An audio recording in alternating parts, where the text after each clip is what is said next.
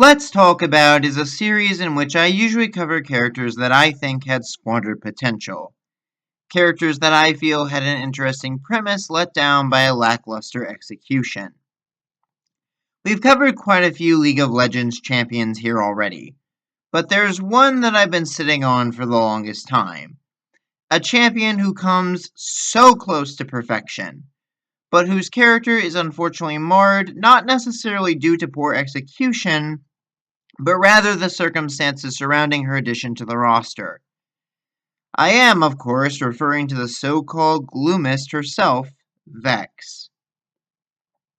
Vex was released on September 23rd, 2021, though her actual reveal in the lore came in 2020's infamous Rise of the Sentinels event. We have discussed that train wreck plenty of times already, so I don't intend to get too into it again here. But unfortunately, we must acknowledge it if we're going to discuss Vex. Rise of the Sentinels is responsible for kinda butchering one of the longest running plot lines in League's history, forever marring any character attached to it, though to varying degrees. Vex arguably came out the most unscathed out of anyone in terms of character and reputation, but there's no denying that her involvement in Rots didn't do her any favors. See, Vex is a Yordle, a member of a race of fairy-like creatures hailing from a subregion of the spirit realm called the Bandle Tree. Yordles are flexible by nature.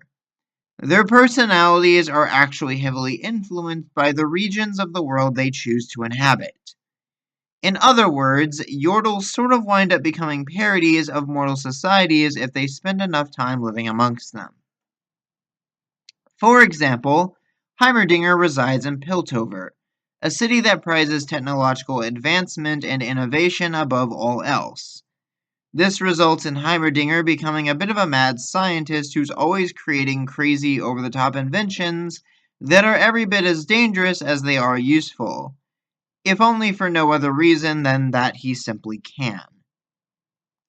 By contrast, Kled lives in Noxus, an expansionist empire known for trying to conquer literally the entire world. Noxians live by a might makes right creed in which, if you want something, you're encouraged to try and take it by force through whatever means necessary.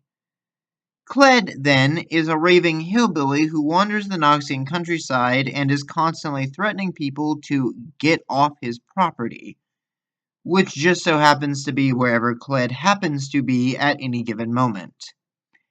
He's assigned himself literally every military rank known to man all at once because Noxus does so love its military, even if Kled probably doesn't actually understand what any of these titles mean, simply because it perfectly mirrors Noxus's self-aggrandizing attitude toward its own army. Now, it should be noted that not every Yordle perfectly parodies the region they inhabit. In truth, this concept wasn't actually introduced until years after Yordles themselves were created. In the old canon, Yordles were just another race that existed on Runeterra, rather than being these pseudo-mythical creatures. It wasn't until Poppy's rework came along that Riot decided to introduce the idea of Yordles' personalities changing to mimic their environments. And yet they retroactively made it work surprisingly well.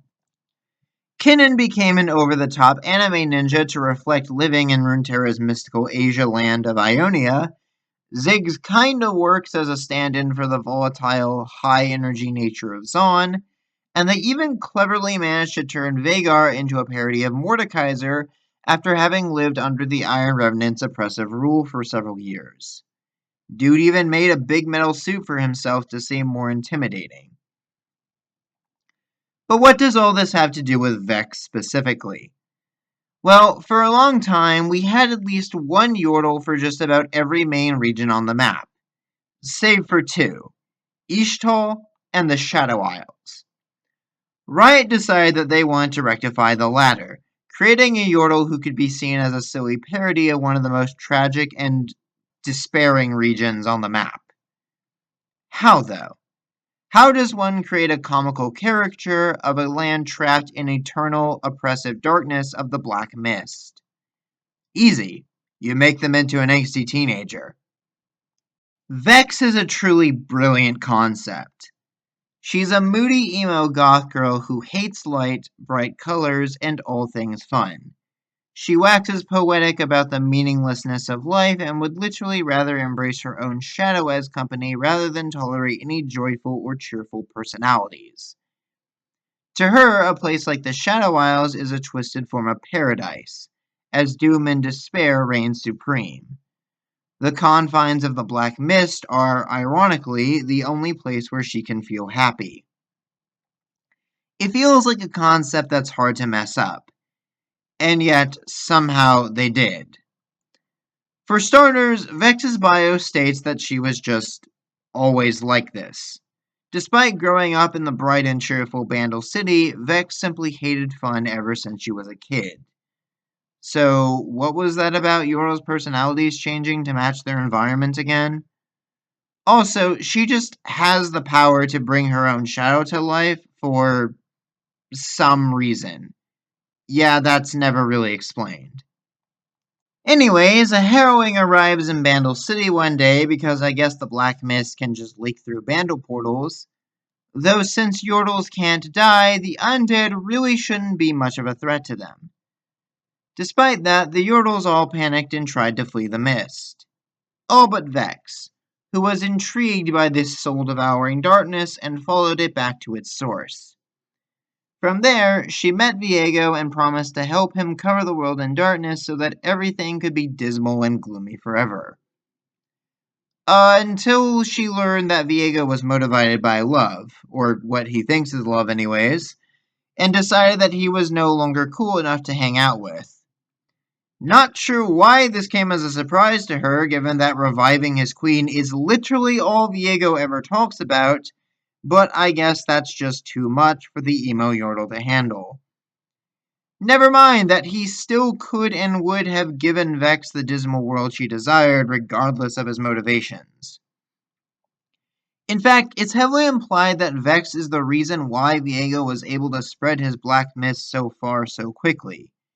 She used her knowledge of Bandle Gates to let him cause near-instant ruinations all over the map.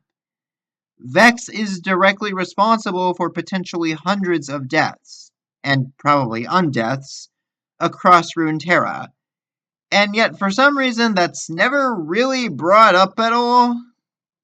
Once Viego is sealed in Camivore, Vex just kinda goes back to the Isles and resumes being gloomy there. She faces basically no consequences for her actions.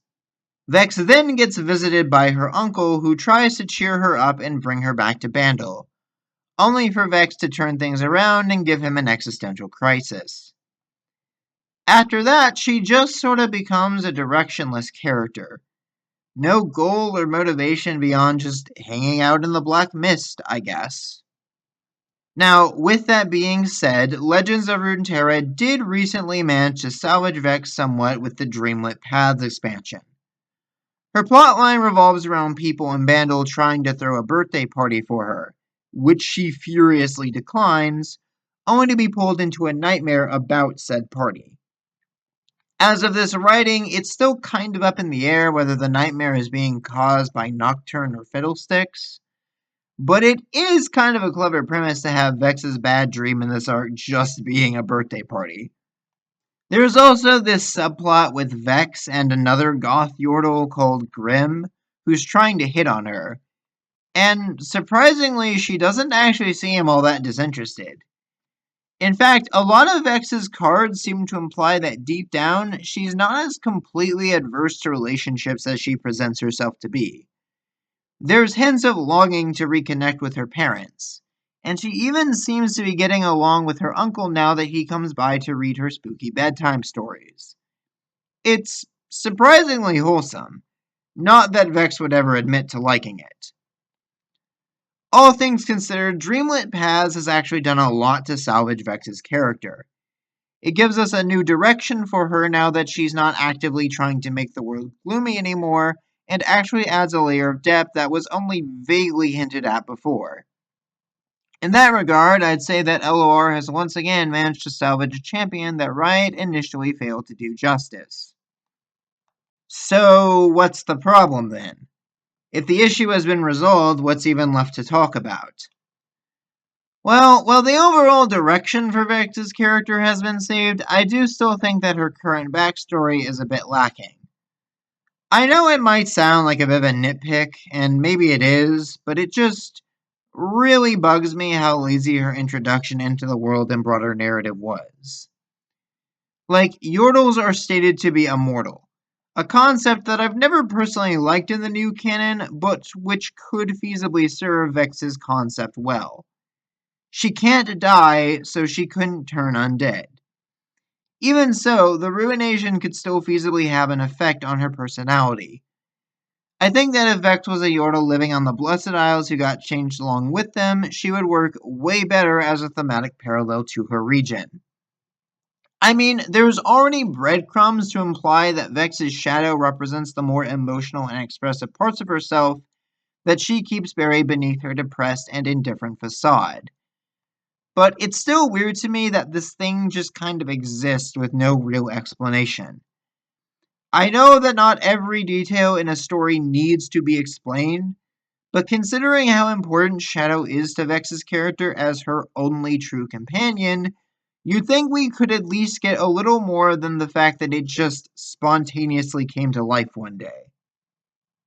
Overall, Vex is in a much better place now than she was post-Rots, but there's just no escaping the fact that she was one of like 5 champions rushed out for the event, which wound up damaging her and the others in the long term. In fact, given that Vex was apparently directly responsible for helping spread the black mist everywhere by using Vandal portals, it's still really weird that no one tries to hold her accountable for that, like, at all. Then again, I guess the ruination didn't really impact a whole lot at the end of the day, so maybe that's why. Vex really just feels super out of place having such an important role as the Ruined King's right hand, which is only compounded by the fact that she abandons that role entirely shortly after the event is over. Riot should have either introduced her way earlier or way later, because while it's not impossible to make Vex work in a grander storyline, this just wasn't the one. But what do you all think? Do you feel Riot's done a sufficient job of salvaging Vex's character, or will she never be able to truly escape her ties to the Sentinel story? Leave your thoughts and comments down below, and until next time, stay bright.